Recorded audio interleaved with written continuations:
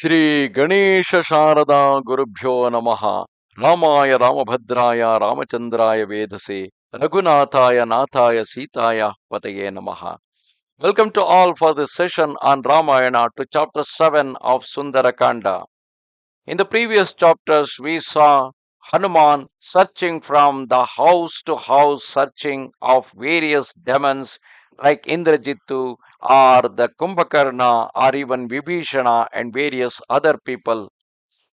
Then that mighty monkey continued to explore those dwellings fitted with golden windows studded with emeralds, resembling a mass of clouds in the rainy season, rent by lightning and traversed by flocks of cranes.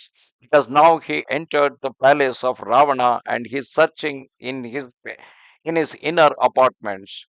When he beheld various halls and buildings stored with conches, bows, and weapons of war, furnished with turrets as high as hills, and these mansions containing treasure of every kind were held in regard by both gods and titans, and were flawless and constructed by Ravana by his own power. Hanuman, having scoured the mansion of that Lord of Lanka meticulously, furnished with every comfort as if Maya had created them, thereafter visited the palace of that king of Rakshasas himself, which surpassed all others and resembled a mass of towering clouds. Of incomparable loveliness, it seemed as if heaven itself had descended on earth, and its beauty was dazzling, teeming with innumerable gems. Trees of every kind covered it with flowers like the summit of a mountain on which snow has fallen. Beautiful women served as its ornaments, and it shone like a cloud riven by lightning. Such was its splendor that it resembled a marvelous chariot drawn through the skies by ravishing swans.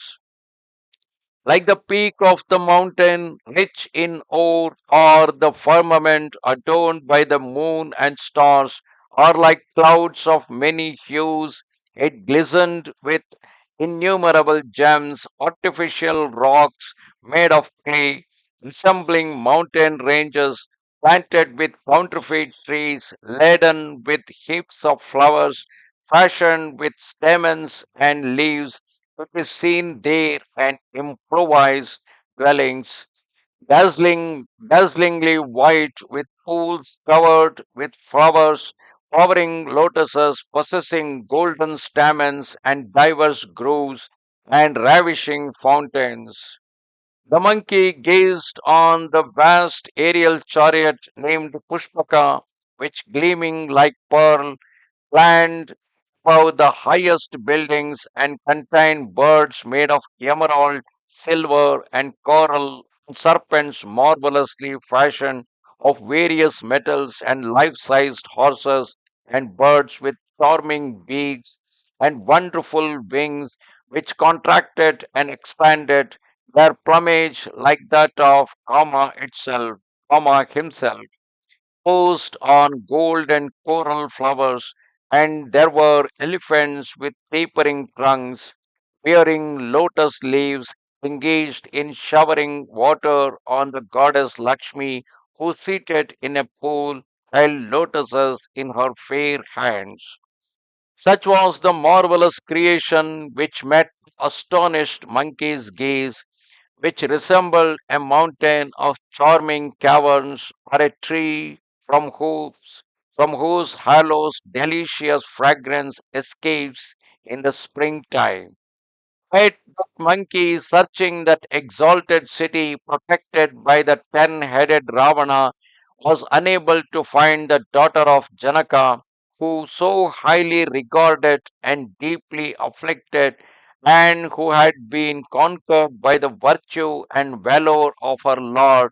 And not finding Janaka's daughter, despite his investigations and the vigilance of his search, illustrious Hanuman, who was virtuous and generous of soul, felt a burning anguish, take possession of his heart.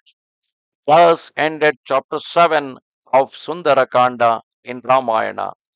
Namaste Sharada Devi, Kashmira Puravasini, Twamaham Prarthaye Nityam, Vidya Danancha Dehime. Bye.